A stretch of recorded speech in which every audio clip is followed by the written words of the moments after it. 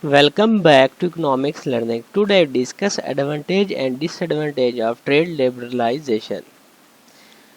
Trade liberalization, which involve reducing barriers to trade such as tariffs, quotas and regulation, has both advantages and disadvantages. First we see advantages. First advantage is increased economic efficiency. Trade liberalization promotes specialization and comparative advantage, allowing countries to produce goods and services in which they have a comparative advantage. This leads to more efficient allocation of resources and high overall economic productivity. Second one is lower prices for consumer. Reduced trade barriers result in increased competition which drives down prices for consumers. Cheaper imports can provide consumers with access to a wider variety of goods at lower prices, improving their standard of living. Third one is export growth. Trade liberalization opens up new market for export, boosting economic growth. Export growth can lead to increased revenues for domestic firms, higher employment levels, and enhanced economic development.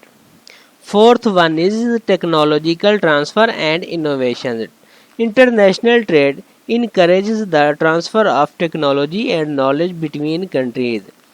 Exposure to new ideas and technologies from trading partner can foster innovation and technological advancement domestically.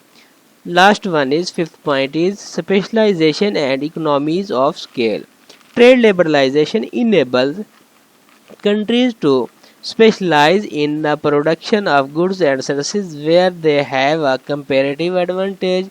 This specialization can lead to economies of scale, reducing average cost of production and making firms more competitive in global market.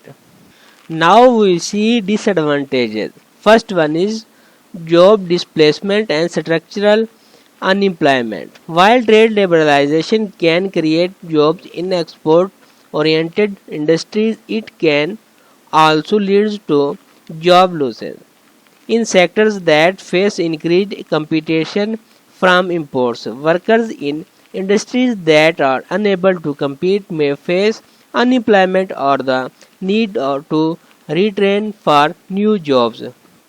Second one is dependency on foreign market. Increased reliance on international trade makes countries vulnerable to fluctuations in global demand and changes in trade policies of other countries. Dependency on foreign markets can expose domestic industries to risks such as trade wars, economic sanctions, or political instability in trade partners.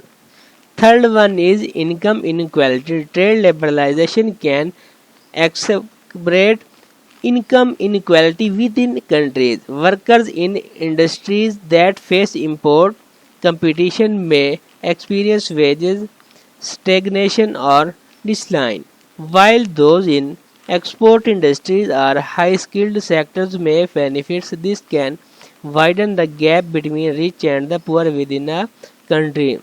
Fourth point is environmental degradation. Increased trade can lead to higher levels of resources extraction, pollution, and greenhouse gas emissions, especially if environmental regulation are lax in trading partner countries. Trade liberalization may incentivize the reallocation of industries to countries with weaker environmental standards, resulting in negative environmental impacts. Fifth point is loss of sovereignty. Trade agreements often require countries to harmonize their regulations and standards with those of their trading partners. This can lead to a loss of sovereignty as countries may need to compromise their domestic policies to comply with international trade rules, potentially mining domestic decision-making process. In summary, while trade liberalization can bring significant benefits such as increased economic efficiency and export growth, it also poses challenges such as job displacement, income inequality, and environmental degradation. Successful implementation of trade policies requires a careful consideration of these advantages and disadvantages along with appropriate measures to mitigate potential negative consequences. Thanks for watching.